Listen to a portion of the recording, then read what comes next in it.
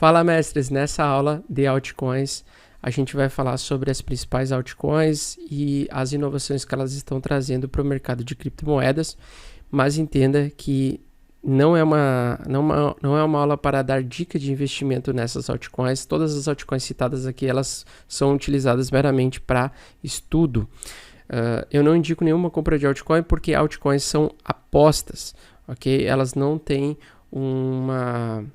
uma projeção intrínseca de alta nos próximos anos, na velocidade que o Bitcoin teve nos primeiros anos. Então, mesmo o Bitcoin hoje sendo a maior, ela ainda é muito pouco conhecida pelo resto do mundo. Então, quando a gente for falar aqui, é para fins de estudo, para você entender tecnologias que podem vir a ser importantes e interessantes para o nosso mundo no futuro. Entendido? Então, vamos à aula de tecnologia das altcoins. Sobre a primeira altcoin que a gente falou, é o Bitcoin. Então, criptomoeda, quando a gente fala em criptomoeda, a gente sempre lembra de Bitcoin, primeiramente falando. Mas tem outras altcoins que há poucos anos atrás surgiram e elas estão aí fazendo parte desse ramo de criptomoedas importantes que podem trazer modificações imensuráveis para o nosso mundo. Uma delas é a rede Ethereum. Hoje ela é listada como a segunda maior criptomoeda do mundo e ela faz parte da segunda geração de criptomoedas. Qual é o diferencial dessa criptomoeda para o Bitcoin?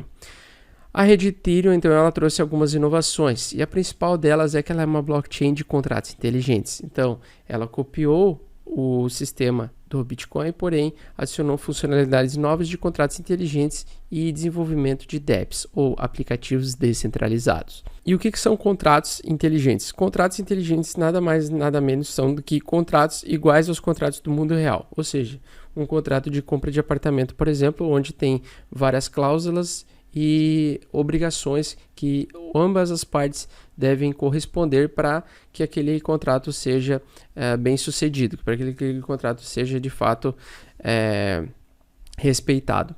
Porém, ao contrário do contrato físico tradicional, ele é um contrato totalmente digitalizado, que é pré-programado por um desenvolvedor de software e que depende dessa programação para ser um contrato eficiente, que vai fazer a automatização de ações dependendo das condições propostas por ambos os lados que participam do contrato.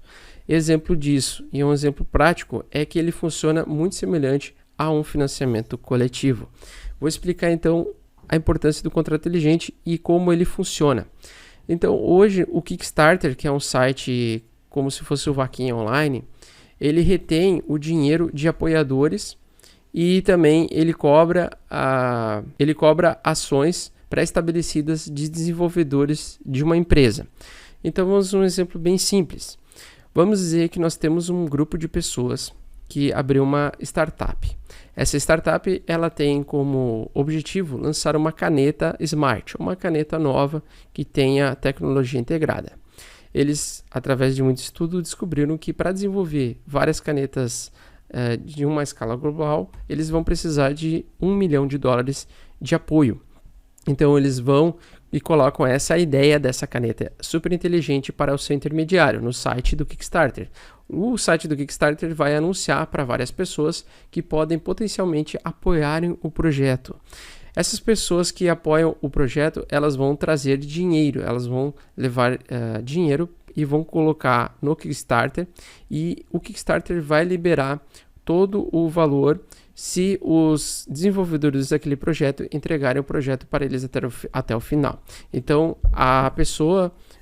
o Kickstarter vai ser o intermediário vamos dizer, da negociação entre o investidor anjo e os apoiadores anjos para os desenvolvedores, fazendo uma intermediação de confiança.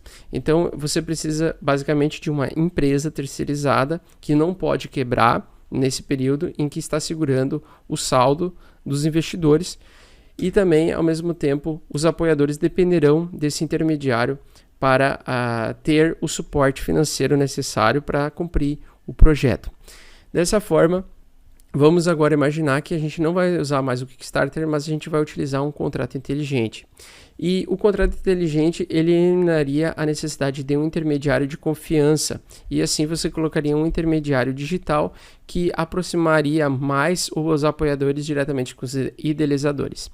E através, então, do contrato inteligente, ao invés de você utilizar o Kickstarter, que é uma empresa terceirizada que vai segurar o saldo, você coloca tokens, ou seja, valores em dolarizados dentro dessa blockchain que tem contrato inteligente. Dentro desse contrato inteligente, então, vai estar pré-estabelecido que os desenvolvedores do projeto vão precisar cumprir determinadas tarefas para ter liberado o saldo gradativo conforme a entrega do projeto vai acontecendo, certo?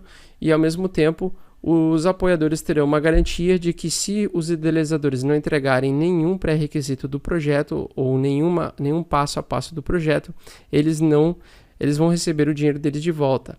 Isso é bem interessante porque você não precisa mais agora de uma empresa terceirizada para fazer esse papel. Você pode simplesmente programar um contrato inteligente na blockchain da rede Ethereum e fazer acordos estabelecendo que em determinadas ações ele libera o saldo do dinheiro dos apoiadores ou devolve o dinheiro dos apoiadores, certo? Ele automatiza todo esse processo. Então, os smart contracts, eles são nada mais, nada menos são do que mini programas de computadores armazenados dentro da blockchain, e isso traz diversas funcionalidades e possibilidades também, como, por exemplo, chegar a algum momento da nossa vida que a gente poderá comprar apartamentos clicando através de um botão de compra num site imobiliário, por exemplo, sem precisar se deslocar até um cartório para fazer a compra de um imóvel. Você pode fazer tudo isso de forma digital, de forma simples, rápida e através de um clique, usando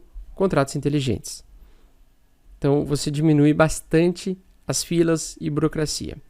Além disso, ele também pode facilitar na maior velocidade de transações por segundo. Então, hoje em dia, o que nós vemos é as transações por segundo do Bitcoin geram, em média, 7 transações por segundo.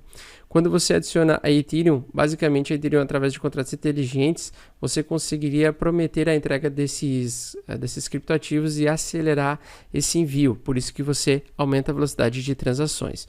Ao mesmo tempo, você encontra outras criptomoedas como a Litecoin, a XRP e a Nano, como uma velocidade muito superior de transações. Mas isso não quer dizer que uma maior velocidade de transação vai efetivamente fazer com que as pessoas adotem essa criptomoeda no futuro. Então, só de olhar essa característica não quer dizer que a sua criptomoeda vai subir ou a sua altcoin vai subir porque ela entrega uma velocidade maior de transações por segundo, tá? Mas só para você ter uma ideia, hoje em dia o sistema de pagamento do Bitcoin ele pode se tornar muito lento à medida que muitas pessoas utilizam e façam transações e congestionem a rede de transação, exigindo a validação das transações de uma forma mais rápida. Porém, como ele tem um sistema de a cada 10 minutos ter uma trava para lançar um novo bloco, gerar um novo bloco de transação na rede, e a velocidade de transação do Bitcoin, por exemplo, é diminuta. Por isso que ele precisa de atualizações como a Light Network para adicionar uma camada de contratos inteligentes que poderiam acelerar bastante a velocidade de transações do Bitcoin, neste exemplo.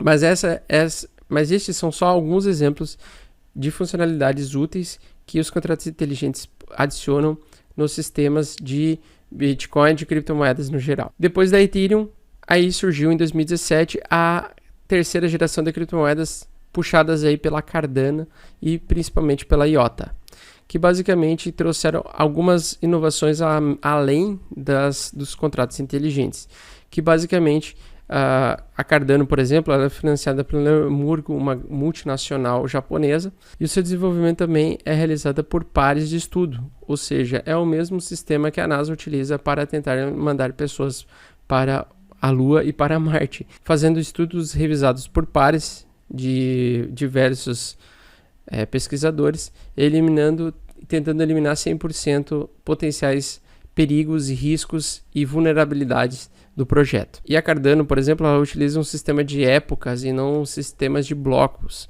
Esse sistema de épocas ele é um sistema governamental, podendo dar a possibilidade de pequenos peixes e grandes peixes fazerem parte de uma rede, de um ecossistema financeiro em que todos eles recebem valor por fazer parte desse ativo. Nessa modalidade, então, a Cardano ela trouxe um sistema completamente diferente do sistema Proof of Work, que é o sistema de mineração onde necessita de uma maior capacidade de processamento matemático para fazer a validação das transações, como acontece na rede do Bitcoin, por exemplo, e adicionou um sistema de Proof of Stake, que é um sistema de participação ou prova de participação.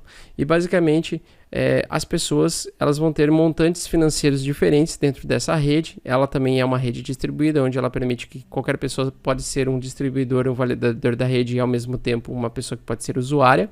Porém, essas pessoas vão ter diferentes valores, né? Então, assim como o nosso mundo funciona, tem pessoas que têm menos dinheiro, tem pessoas que têm muito mais dinheiro.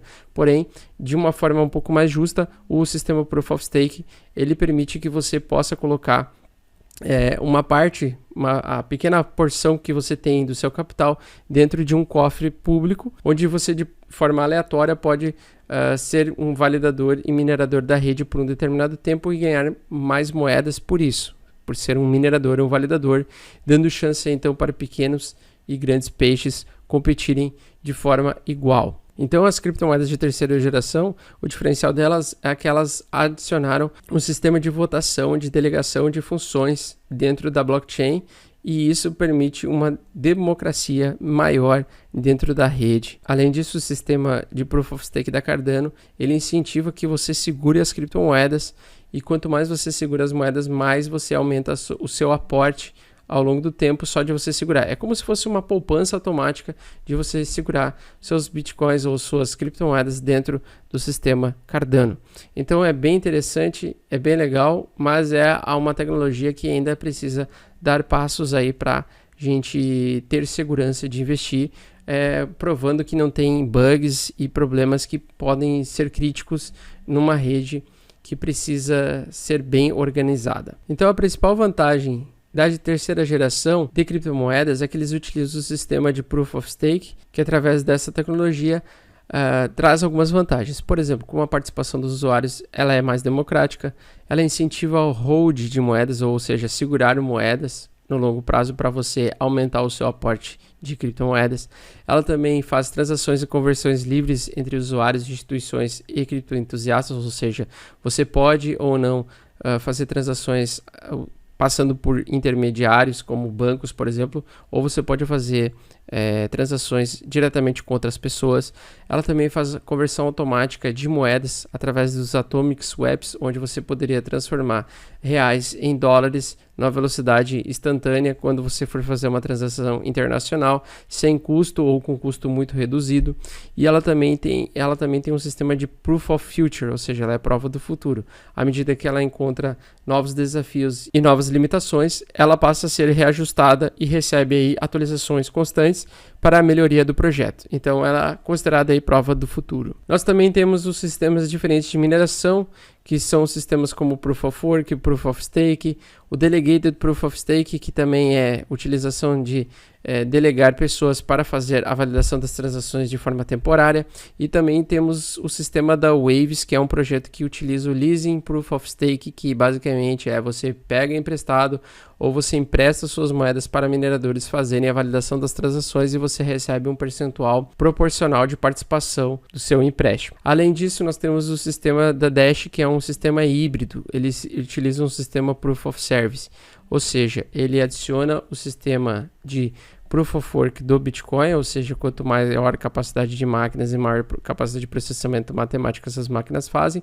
maior é a capacidade de recompensa que você vai receber em criptoativos, mas ele paga apenas 45% da rede de mineradores. Os outros 45% são os masternodes, que nada mais são do que pessoas que deixam máquinas disponíveis para fazer a facilitação da validação das transações através de stake, de segurar moedas também.